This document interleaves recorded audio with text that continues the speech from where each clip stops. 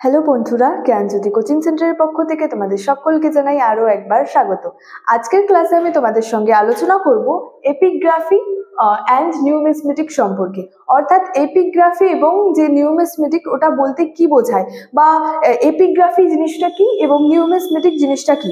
দেখো, এই এপিগ্রাফি বলতে বোঝায় হচ্ছে যে লিপিকে, যে সমস্ত লিপিগুলি রয়েছে সেটা বলতে বোঝায় হচ্ছে এপিগ্রাফি, এবং যে নিউমিসমেটিক রয়েছে এটা বলতে বোঝায় হচ্ছে যে মুদ্রা।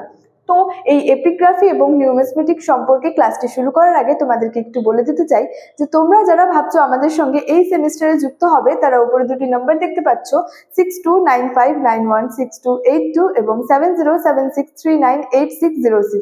এই দুটি নাম্বার হলো আমাদের জ্ঞানজ্যোতি কোচিং সেন্টারের অফিসিয়াল হেল্পলাইন নাম্বার। তো তোমরা যারা ভাবছো আমাদের সঙ্গে যুক্ত হবে, তারা কিন্তু দেরি না করে এই দুটি নাম্বারের মধ্যে যে কোনো একটি নাম্বারে যোগাযোগ করে আমাদের সঙ্গে যুক্ত হয়ে যেতে পারো। তাহলে দেরি না করে আজকে আলোচনার বিষয় শুরু করছি। দেখো, প্রথমে আমি এপিগ্রাফি সম্পর্কে বলি যে এপিগ্রাফি বলতে বোঝায়, প্রথমে বললাম যে লিপি। তো এই যে প্রাচীন ভারতের ইতিহাসের উপাদান হিসেবে কিন্তু এই লিপির গুরুত্ব কিন্তু অপরিসীম। এই লিপিগুলি কিন্তু বিভিন্ন ধরনের হয়ে থাকে, যেমন যে শিলালিপি রয়েছে, এছাড়াও স্তম্ভলিপি রয়েছে, তাম্রলিপি রয়েছে। তো এই লিপি বলতে কি বোঝায়, বা লিপি জিনিসটা কি? লিপি বলতে বোঝায় যে বিভিন্ন যে সরকারি তথ্যগুলি রয়েছে সেগুলিকেই কিন্তু মূলত লিপি বলতে বোঝায়। তো এই যেগুলি রয়েছে, যেমন বলা যায় যে প্রশস্তিবাচক লিপি, এছাড়াও ধর্মলিপি, ব্যক্তিগত লিপি, এছাড়াও রয়েছে যে শাসনতান্ত্রিক লিপি, যে দানসূচক যে লিপি রয়েছে, ধর্মলিপি রয়েছে, এগুলি কিন্তু যে লিপি বলতে কিন্তু বুঝিয়ে থাকে। তো এই যে প্রভৃতি যে রয়েছে, এই যে লিপিগুলি, ধর্মলিপি, দানসূচক লিপি, প্রশস্তিবাচক লিপি, এই লিপিগুলি কিন্তু যে সোনা, তামা, ইট, পাথর, ব্রোঞ্জ প্রভৃতির ওপর আর কি খোদাই করে কিন্তু উৎকীর্ণ করা হয়ে থাকে। তো এই যে লিপি উৎকীর্ণ যে বিদ্যা, সেটাকেই কিন্তু এই এপিগ্রাফি কিন্তু বলে থাকি। অর্থাৎ এই যে বিভিন্ন যে লিপির কথা বললাম, প্রশস্তিবাচক লিপি, শাসনতান্ত্রিক লিপি, ধর্মলিপি, দানসূচক লিপি, ব্যক্তিগত লিপি, এগুলি হচ্ছে যে পাথর, ইট, ব্রোঞ্জ, সোনা, তামা, এছাড়াও রয়েছে হচ্ছে যে লোহা প্রভৃতির ওপর খোদাই করে উৎকীর্ণ করা হতো। তো এই যে খোদাই করে উৎকীর্ণ করা হতো, এই লিপি উৎকীর্ণ বিদ্যাকেই কিন্তু এপিগ্রাফি বলা হয়ে থাকে। তো এই যে উল্লেখযোগ্য লিপিগুলি, সেগুলির নাম কি, বা কি কি উল্লেখযোগ্য লিপি রয়েছে?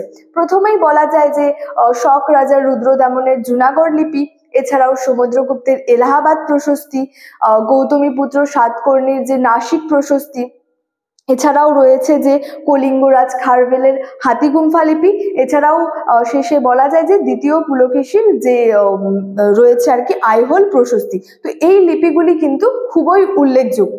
এরপর রয়েছে হচ্ছে যে নিউমিসমেটিক। আমি প্রথমে বললাম যে এপিগ্রাফি বলতে বোঝায় লিপিকে, এবং নিউমিসমেটিক বলতে বোঝায় হচ্ছে যে মুদ্রাকে।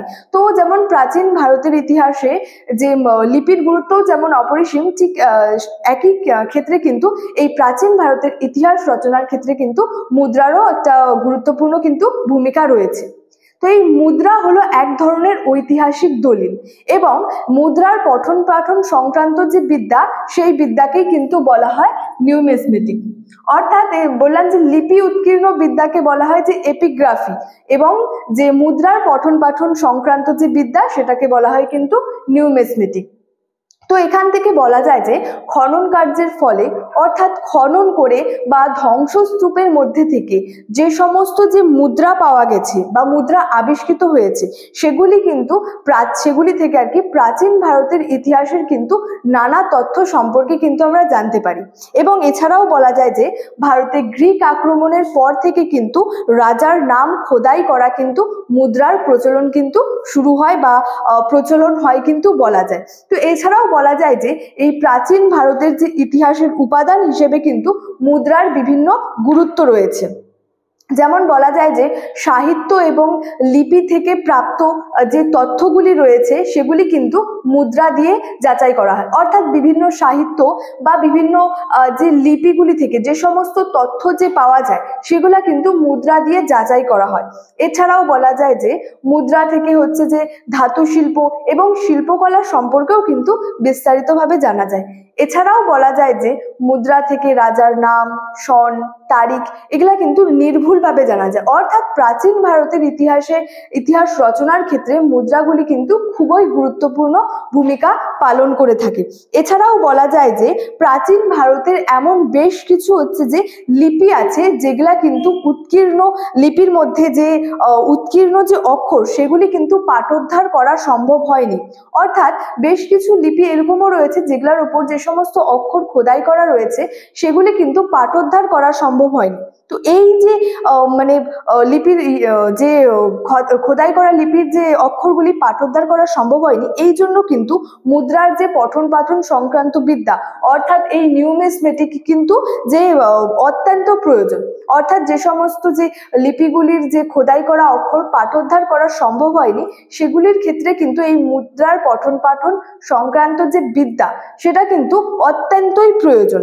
এছাড়াও বলা যায় যে মুদ্রার এই পঠন পাঠন যে দ্বারা যদি পাঠোদ্ধার সম্ভব হয় তারপর থেকে কিন্তু আমরা ইতিহাসের হচ্ছে বেশ কিছু তথ্য সম্পর্কে কিন্তু জানতে পারবো।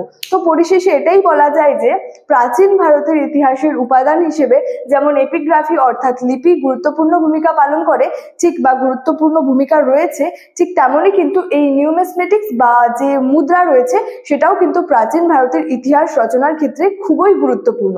তো স্টুডেন্ট, এই ছিল আজকের ক্লাস। ভিডিওটি ভালো লাগলে অবশ্যই লাইক, কমেন্ট এবং বন্ধুদের সঙ্গে শেয়ার করতে কিন্তু ভুলবে না। দেখা হচ্ছে তোমাদের সঙ্গে পরবর্তী ভিডিওতে একটি নতুন টপিক নিয়ে। তোমরা সকলেই ভালো থেকো, সুস্থ থেকো। Thank you so much. Thanks for watching.